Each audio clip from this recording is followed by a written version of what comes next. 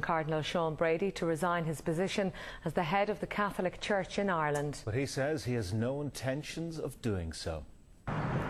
There was no sign of Cardinal Sean Brady in Armagh today. His office said he wasn't available to elaborate further on a crisis that has led to a chorus of demands for his resignation.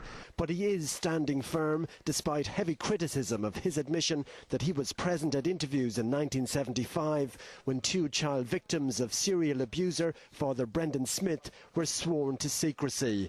Another of Father Smith's victims today said Sean Brady has to resign. He was personally involved in the cover-up of Father Brendan Smith alone, where these crimes could have been prevented had Cardinal Sean Brady brought it to the attention of the police and the proper authorities.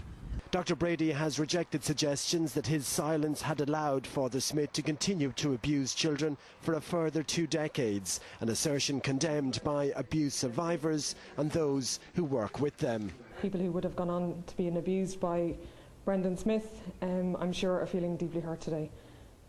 Sean Brady could have been the whistleblower at the time, and he wasn't. He's now the leader of our church in Ireland, and I think that says a lot. In 1994, Brendan Smith was convicted of abusing children, and some of those children were abused after that 1975 process, which Sean Brady was a part of. So on that basis, it's time for Sean Brady to own up to that failure. This controversy could potentially become one of the more damaging episodes for the Catholic Church in Ireland because it goes right to the top and involves the most senior churchman in the country, who for now at least is resisting calls to step down. Brian Daly, TV3 News, Armagh. Allegations of child abuse within the Catholic Church shock few, if anyone, these days. And some of those attending early morning mass at St Columba's Church in Douglas and Cork weren't afraid to share their thoughts. He will decide himself how he feels about it. It's all, I suppose, up to his conscience what he feels about it. I think it's wrong that people don't at least be honest. You know, I feel for those that have been abused, and he has definitely questions to answer.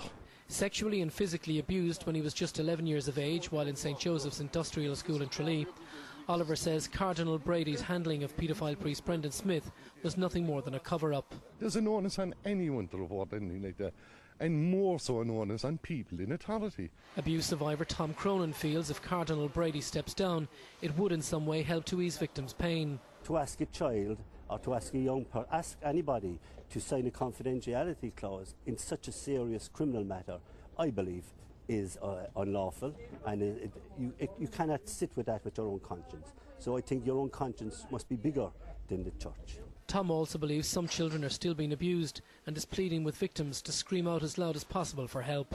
If the Catholic Church was a private company, some PR executives claim it would be near impossible to improve its image. Revelations have severely damaged its reputation, and this latest controversy has cast another dark shadow over the church. Paul